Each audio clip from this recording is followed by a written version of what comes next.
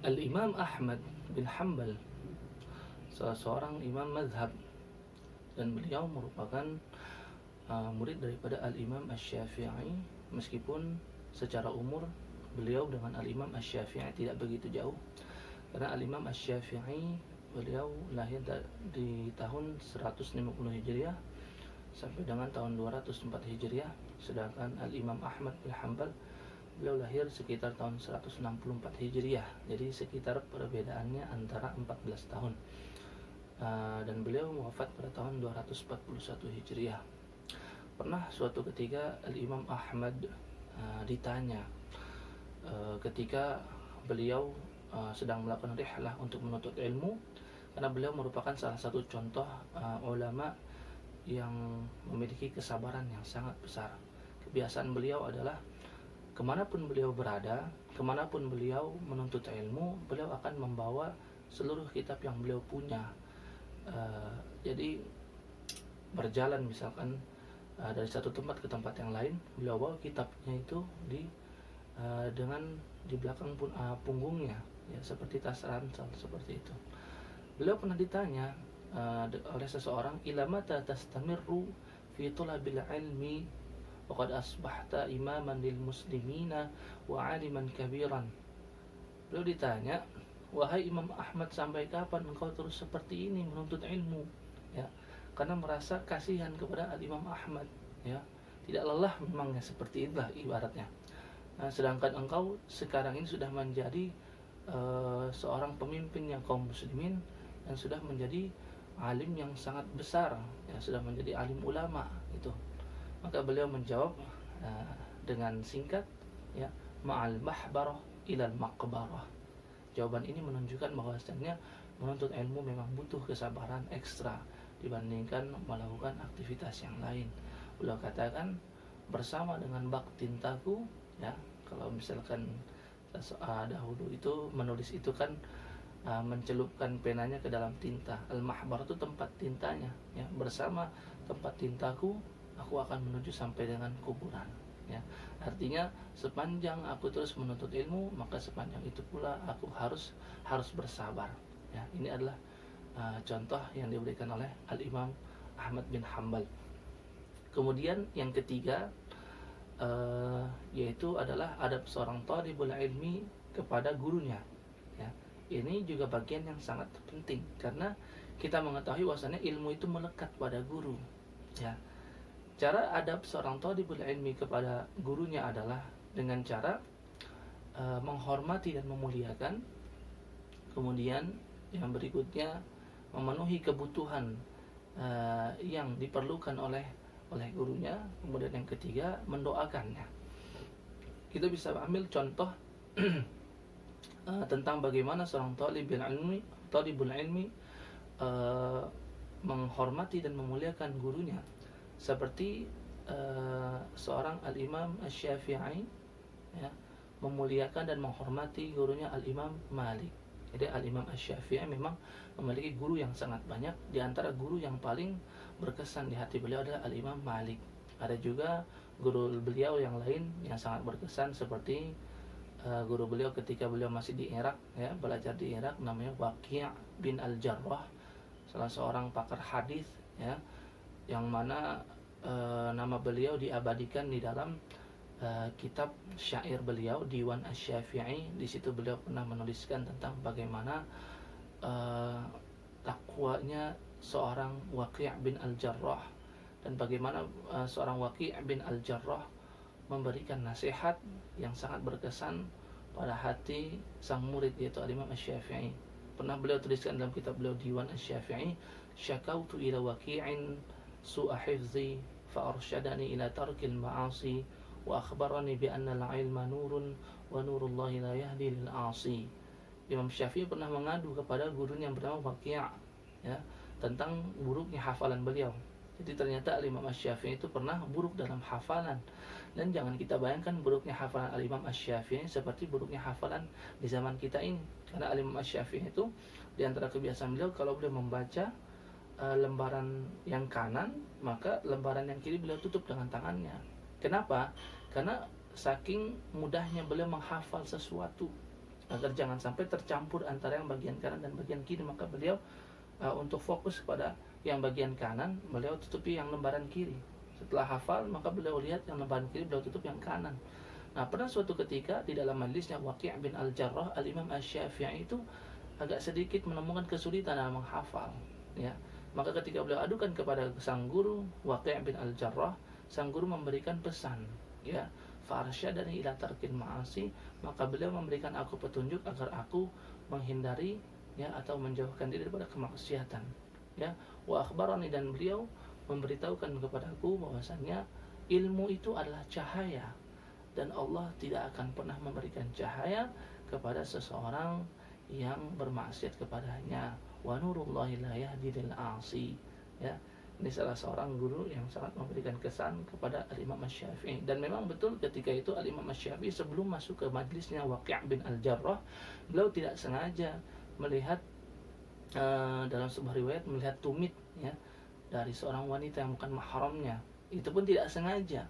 Sebagian mengatakan antara urat keting sampai dengan betis, ya, itu yang tersingkap di tengah jalan, dan beliau melihat itu bukan kehendak beliau, dan beliau pun juga segera berpaling, ya. Tapi ternyata sesuatu yang ketidaksengajaan itu bisa menyebabkan perubahan pada hafalan daripada Al-Imam Asy-Syafi'i. Kualitas hafalan beliau jadi sedikit berubah. Maka beliau pun segera bertaubat setelah diberikan nasihat oleh Waqi' bin Al-Jarrah. Ini salah satu guru beliau yang sangat berkesan dalam kehidupan menuntut ilmu seorang Al-Imam Asy-Syafi'i. Demikian juga Al-Imam Malik, ya. Imam Asy-Syafi'i, bagaimana cara memuliakan beliau? Memuliakan seorang Al-Imam Malik bin Anas, ya. Meskipun memang kita ketahui perbedaan umur antara Al-Imam Asy-Syafi'i dan Imam Malik sangat jauh. Karena Al-Imam Asy-Syafi'i lahir pada tahun 150, sedangkan Al-Imam Malik bin Anas lahir pada tahun 93 Hijriah. Sangat jauh, perbedaan sekitar 57 tahun, ya, perbedaan umur antara keduanya. Oleh karena Al-Imam Asy-Syafi'i pernah ceritakan, kuntu asfahu, aku dahulu ketika berada di hadapan Al-Imam Malik, kuntu asfahu al-waraqata baina yaday Malikin, ya, safhan rafiqan. Dulu ketika aku berada di hadapan Al-Imam Asy-Syafi'i, aku ketika membuka lembaran kitabku, ya, aku membukanya dengan cara safhan rafiqan, dengan cara pelan-pelan, ya. Kan biasanya bunyi kertas itu cekrek gitu, ya. Beliau membukanya dengan sangat pelan. Kenapa? Li'alla yasma'a waq'aha. Saking Al-Imam Asy-Syafi'i memuliakan Al-Imam Malik, beliau tidak mau lembaran kertas yang terbuka itu terdengar suaranya oleh Al-Imam Malik, sehingga Al-Imam Malik terganggu ketika sedang mengajar, ya. Ini betapa hormatnya Al-Imam Asy-Syafi'i terhadap Al-Imam Malik, ya. Pernah juga dikisahkan tentang seorang Jarir bin Hazim, ya. Ini seorang tabi'in, Jarir bin Hazim. Beliau memiliki guru yang bernama Al-Imam Al-Hasan Al-Basri, ya. Kebiasaan beliau, ya, beliau itu tidak pernah satu hari pun, ya, absen, tidak hadir dalam majlis Al-Imam Al-Hasan Al-Basri, ya. Beliau menceritakan, jalastu ilal Hasan sab'a sinina lam akhrim minhu yawman wahidan. Aku selama 7 tahun, ya, kurang lebih 7 tahun senantiasa ikut hadir dalam majlis ta'limnya Al-Hasan Al-Basri, dan gak pernah satu pun, walam akhri minhu yauman wahidan, gak pernah satu hari pun aku absen, ya, tidak hadir dalam majlis Al-Hasan Al-Basri. Luar biasa. Beliau diberikan keistiqomahan oleh Allah Subhanahu wa ta'ala. Asumu wa adhabu ilaihi. Padahal kata beliau, aku memiliki kebiasaan asum, kebiasaan berpuasa, ya, tapi hal itu tidak pernah melunturkan semangatku untuk tetap hadir dan istiqomah dalam majlis Al-Hasan Al-Basri, ya. Ini bagaimana murid memuliakan guru, dan ini adalah adab, ya, seorang murid kepada gurunya. Kemudian yang kedua, di antara cara seorang thalibul ilmi memuliakan gurunya adalah di antara seorang thalibul ilmi adabnya terhadap sang guru adalah yaitu dengan memenuhi kebutuhan yang diperlukan oleh guru. Ini sangat penting, ya. Poin ini membutuhkan kedekatan antara murid dengan guru, karena murid tidak akan pernah tahu tentang kebutuhan gurunya kecuali murid itu sudah sangat dekat dengan gurunya. Ya, di dalam kitab Tarikh Dimashq, ya, mereka Al-Imam Ibnu Asakir, ya, beliau pernah menuliskan, dan ini juga ada di dalam kitab Al-A'immatul Arba'ah miliknya Syekh Al-Ashinawi, ya, yaitu biografi tentang 4 imam mazhab, ya. Diceritakan di bagian tentang Al-Imam Malik. Imam Malik memiliki guru yang bernama Rabi'ah Ar-Ra'yi yang sudah kita sampaikan sebelumnya, itu Rabi'ah sang pakar logika, ya. Di dalam kitab Tarikh Dimashq ini diceritakan tentang Rabi'ah, bukan tentang Imam Maliknya, tapi tentang Rabi'ah, tentang gurunya, yaitu beliau adalah seorang anak daripada mujahid fisabilillah. Jadi Rabi'ah ini memiliki nama Rabi'ah bin Abi Abdurrahman, ayahnya Abu Abdurrahman, memiliki nama asli Farrukh, ya. Jadi masih keturunan Persia, namanya Farrukh. Farrukh ini adalah mujahid fisabilillah. Beliau terbiasa berperang berbulan-bulan, bertahun-tahun, bahkan mungkin puluhan tahun, ya, baru kembali lagi ke keluarga. Ketika Farrukh belum memiliki anak, ya, beliau baru memiliki istri, yaitu istri itu adalah ibunda daripada Rabi'ah. Ketika itu beliau dipanggil, disuruh untuk berjihad di jalan Allah Subhanahu wa taala. Maka beliau meminta izin kepada istrinya, dan padahal ketika itu sang istri sedang hamil, ya. Dan janin yang ada di dalam perut sang istri sebenarnya itu adalah Rabi'ah, ya, seseorang bayi yang kelak akan disebut dengan dinamakan dengan Rabi'ah, ya. Maka dia pun pergi, ya, menuju medan perang, dan sebelum dia berangkat, dia meninggalkan dan menitipkan uang sebanyak 30.000 dinar kepada istrinya, ya, kepada ibunda daripada Rabi'ah. Dan kalau kita konversikan, ya, saudara-saudariku yang dimuliakan oleh Allah Subhanahu wa taala, 1 dinar itu saat ini sekitar kurang lebih 2,7 juta, ya. 2,7 juta ini sekarang 30.000 dinar. Kalau kita ambil 1 dinar 2,7, berarti 10 dinar adalah 27 juta, kemudian 100 dinar adalah 270 juta, ya. Kemudian kalau 10.000 dinar berarti sekitar 2,7 miliar, ya. Nah sekarang 30.000 miliar berarti sekitar 8 sampai dengan 9 miliar lah, kurang lebih seperti itu kalau kita konversikan. Jadi sangat besar, ini uang yang sangat banyak, ya. Jadi sesungguhnya Rabi'ah ini adalah keluarga yang kaya raya, tapi beliau dan ibundanya itu kehidupannya sederhana saja, ya.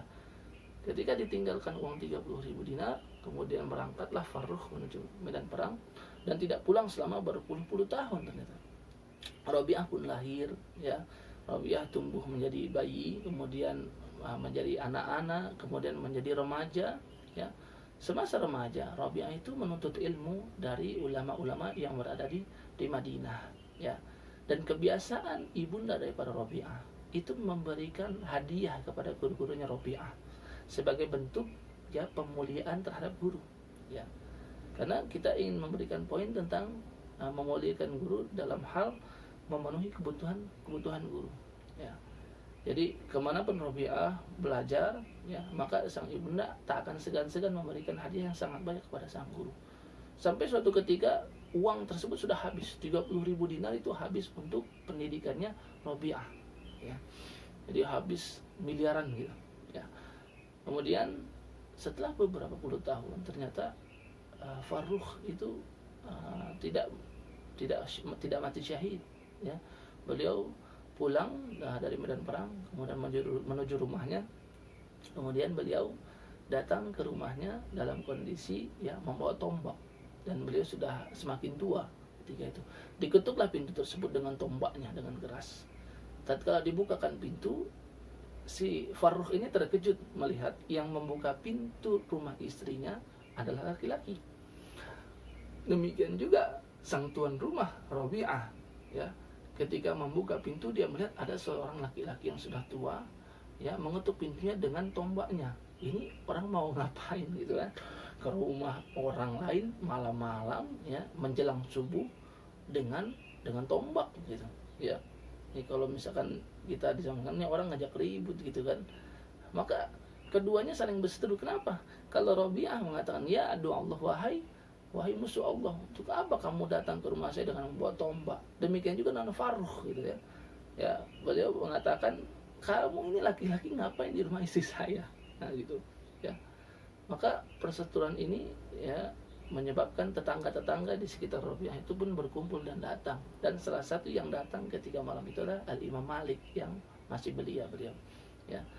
Kemudian akhirnya orang-orang pun mengatakan kepada Farruh, wahai Syekh itu masalah orang tua, wahai orang tua ya. Kalau kau ingin rumah, cari rumah lain gitu, jangan rumah Rabi'ah. Karena penduduk pun sudah cinta kepada Rabi'ah karena beliau ketika itu sudah menjadi seorang alim ulama, dikenal oleh masyarakat sebagai ustadz besar ya. Maka ketika ibunda daripada Rabi'ah mendengar ya ribut-ribut di depan, beliau bertanya kepada Rabi'ah, siapa orang tersebut ya. Maka ditanya, siapa engkau? Maka dia jawab, aku adalah Farruh Abu Abdurrahman. Maka terkejutlah ibunda daripada Rabi'ah. Dia pun mengatakan, biarkan dia masuk, dia adalah ayahmu sendiri. Maka terkejutlah Rabi'ah. Ya, baru pertama kali dia melihat wajah daripada ayahnya, maka keduanya pun saling berpelukan dan melepas rindu satu sama lain. Ya, maka perseteruan itu pun sudah selesai. Kemudian masuk waktu sholat subuh, azan, kemudian Rabi'ah segera bergegas berangkat ke masjid. Ketika sang ayah daripada Rabi'ah, yaitu si Farruh tadi, hendak berangkat ke masjid, dia bertanya dulu kepada istrinya ya, tentang uang 30.000 dinar yang pernah dia titipkan kepada istrinya. Untuk apa saja ya, ada sisanya enggak? Dan memang 30.000 dinar itu sangat besar meskipun digunakan beberapa tahun gitu kan. Maka sang istri kebingungan untuk menjawab. Dia hanya mengatakan, sesungguhnya uang tersebut aku simpan di sebuah tempat ya, nanti akan aku berikan kepadamu. Maka berangkatlah Farruh ke masjid ya, sholat subuh di Masjid An-Nabawi. Setelah selesai sholat subuh, dia terkejut, banyak sekali kerumunan orang mengurumuni ya seseorang yang dia tidak mampu untuk melihat siapa dia karena saking banyaknya orang-orang. Maka dia bertanya kepada orang-orang yang ada di sekitarnya, siapa yang memberikan ceramah, siapa yang mengisi ta'lim di ba'da subuh ini? Maka orang-orang menjawab, celaka engkau, wailak, kamu tidak mengetahui bahwasannya itulah Rabi'ah yang mengisi ta'lim ya, Rabi'ah ibnu Abi Abdurrahman, Rabi'ah anaknya Abu Abdurrahman. Maka Farruh pun sangat terharu ya, dia pun segera pulang ke rumah ya, kemudian memberitahu kepada istrinya bahwasannya dia sangat ridho dan dia sangat bahagia dengan kondisi anaknya Rabi'ah seperti saat sekarang ini, dihormati oleh masyarakat, bermanfaat bagi masyarakat, menjadi seorang alim ulama. Maka beliau berkata pada istrinya, demi Allah aku lebih mencintai kondisi Rabi'ah seperti saat ini dibandingkan dunia dan seisinya ya.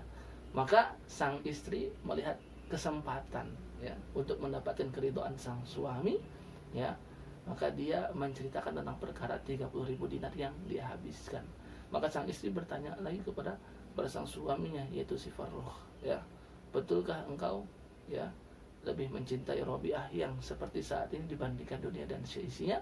Maka sang suami menjawab dengan penuh keyakinan, betul, demi Allah aku lebih mencintai Rabi'ah menjadi alim ulama seperti saat ini dibandingkan aku memiliki harta dunia dan seisinya. Maka kata sang istri, ketahuilah sesungguhnya 30.000 dinar yang dahulu engkau berikan kepadaku, semuanya telah aku habiskan, bukan untuk makan-makan, bukan untuk rumah yang mewah ya, bukan untuk membeli perhiasan dan sebagainya, namun 30.000 dinar itu aku gunakan untuk memberikan hadiah yang sangat banyak kepada guru-gurunya daripada Rabi'ah, untuk memenuhi kebutuhan guru daripada Rabi'ah ya. Kemudian ya, yang ketiga yaitu mendoakan guru. Nah, ini juga sangat penting ya, diharapkan bagi siapapun yang mendengar kajian ini ya, maka mulai saat ini ya, ketika berdoa panjatkan harapan dan doa kita kepada Allah Subhanahu wa taala dengan kebaikan-kebaikan untuk guru-guru kita ya.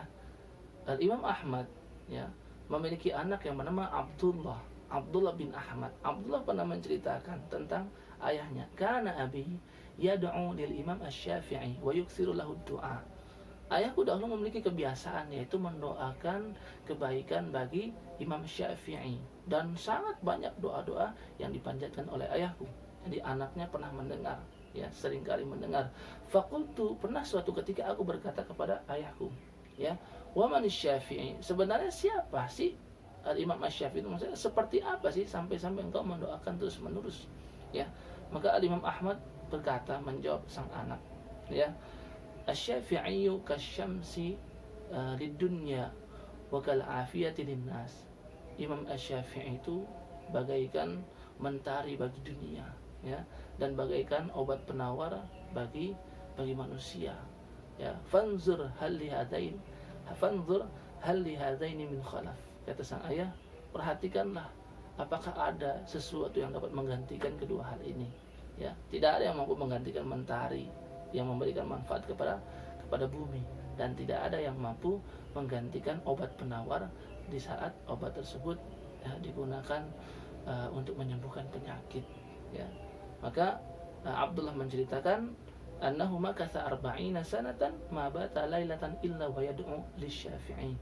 Ayahku selama 40 tahun beliau tidak pernah tidur, melainkan sebelum beliau tidur beliau mendoakan dulu kebaikan-kebaikan untuk gurunya Al-Imam Asy-Syafi'i. Luar biasa bagaimana cara Al-Imam Ahmad memuliakan, ya, Al-Imam Asy-Syafi'i dengan memperbanyak doa kebaikan untuk gurunya Al-Imam Asy-Syafi'i. Padahal umurnya tidak begitu jauh, hanya sekitar 14 tahun perbedaannya, ya. Kemudian yang terakhir, yang keempat, ya, adab seorang thalibul ilmi kepada ilmu yang sudah dia pelajari, ilmu yang sudah dia miliki, ya. Maka di antara adab yang perlu dia lakukan adalah mengamalkan ilmu tersebut, ya. Jadi mengamalkan ilmu itu merupakan keberkahan tersendiri, sehingga dengan keberkahan tersebut, ya, dia akan semakin mudah untuk mendapatkan ilmu-ilmu yang lain, ya. Jadi para ulama salafun salih terdahulu mereka mengatakan, man amila bima alim, barang siapa yang mengamalkan sesuatu yang dia ketahui, ya, maka apa? Awrathahu Allahu ilma ma lam ya'lam, ya. Allah akan memberikan ilmu kepadanya, ilmu yang sebelumnya tidak dia ketahui, ya. Saya ulangi, man amila bima alim awrathahu Allahu ilma ma lam ya'lam. Barang siapa yang mengamalkan ilmu yang telah dia ketahui, maka Allah Subhanahu wa taala akan memberikan keberkahan kepada orang tersebut dengan cara Allah ajarkan ilmu-ilmu yang lain yang sebelumnya belum dia ketahui, ya. Dan sesungguhnya ketika seseorang yang sudah menjadi alim ulama namun tidak diamalkan ilmu tersebut, maka Allah Subhanahu wa taala akan sangat murka kepada orang tersebut, ya. Jadi ini masuk ke dalam keumuman ayat Quran surah As-Saff pada ayat yang kedua dan yang ketiga. Ya ayyuhalladzina amanu lima taquluna ma la taf'alun. Wahai orang-orang yang beriman, kenapa kamu, ya, mengatakan sesuatu yang tidak kamu lakukan, ya. Seorang alim ulama mengajak orang untuk berbuat seperti ini, ya, memberikan ilmu kepada yang lain tentang ilmu yang dia ketahui, ya, ayat Al-Quran yang dia ketahui, ya, penjelasan tafsirnya, kemudian hadis-hadis Nabi SAW yang dia ketahui, dia jelaskan kepada murid-murid. Namun ternyata apa yang dia ketahui, apa yang dia omongkan, tidak dia laksanakan, tidak dia lakukan, tidak dia amalkan. Maka Allah nyatakan di ayat yang ketiga, kabura maqatan 'indallahi an taqulu ma la taf'alun. Sungguh amat besar murka Allah Subhanahu wa taala kepada seseorang yang mengatakan sesuatu sedangkan dia tidak mengamalkan apa yang dia ucapkan. Dan sesungguhnya, ya, di antara hilangnya keberkahan ilmu yang ada pada seseorang tatkala seseorang itu tidak mau, ya, atau enggan untuk mengamalkan apa yang sudah dia ketahui, dan itu akan mengakibatkan seseorang tersebut menjadi sombong, ya. Abdullah bin Mas'ud radhiyallahu taala anhu, ya, sahabat Nabi sallallahu alaihi wasallam yang sangat pandai dalam ilmu Al-Qur'an, ya, beliau pernah mengatakan bahwasanya man ta'allama ilman lam ya'mal bihi lam yazidhu illa kibran. Saya ulangi, man ta'allama ilman, barang siapa yang mempelajari suatu ilmu, lam ya'mal bihi, namun ilmu yang sudah dia ketahui tidak dia amalkan, ya, maka apa akibatnya? lam yazidhu illa kibran. Ilmu tersebut tidak akan menambah apapun untuk dia kecuali hanyalah menambah rasa sombong, ya. Itulah kenapa kita lihat banyak sekali ya orang yang sudah sarjana, sudah mendapatkan gelar magister, doktor ataupun profesor, ya, kemudian ternyata dia jumawa dengan ilmunya, merendahkan yang lain, merasa lebih hebat, merasa lebih baik dibandingkan orang yang stratanya lebih rendah atau orang yang memiliki gelar pendidikan yang lebih rendah daripadanya, ya. Ini adalah 4 adab ya yang harus dimiliki seorang thalibul ilmi, ya. Semoga kita semua dapat mengamalkan apa yang sudah kita bahas pada hari ini, dan semoga Allah Subhanahu wa taala meridhai setiap langkah kita menuju majelis ilmu, dan semoga Allah Subhanahu wa taala memudahkan kita untuk mengamalkan apa yang sudah kita ketahui. Demikianlah saudara-saudariku yang dimuliakan dan dirahmati oleh Allah Subhanahu wa taala, pembahasan tentang beradab sebelum berilmu, dan insyaallah kita akan melanjutkan pembahasan di kesempatan yang lain tentang berilmu sebelum beramal. Dan pembahasan ini juga tak kalah penting daripada beradab sebelum berilmu, ya. Wal afu minkum, mohon maaf atas segala kekurangan. Ya, kita akhiri sama-sama dengan doa kafaratul majlis. Subhanakallahumma bihamdika asyhadu an la ilaha illa anta astaghfiruka wa atubu ilaik. Wassalamualaikum warahmatullahi wabarakatuh.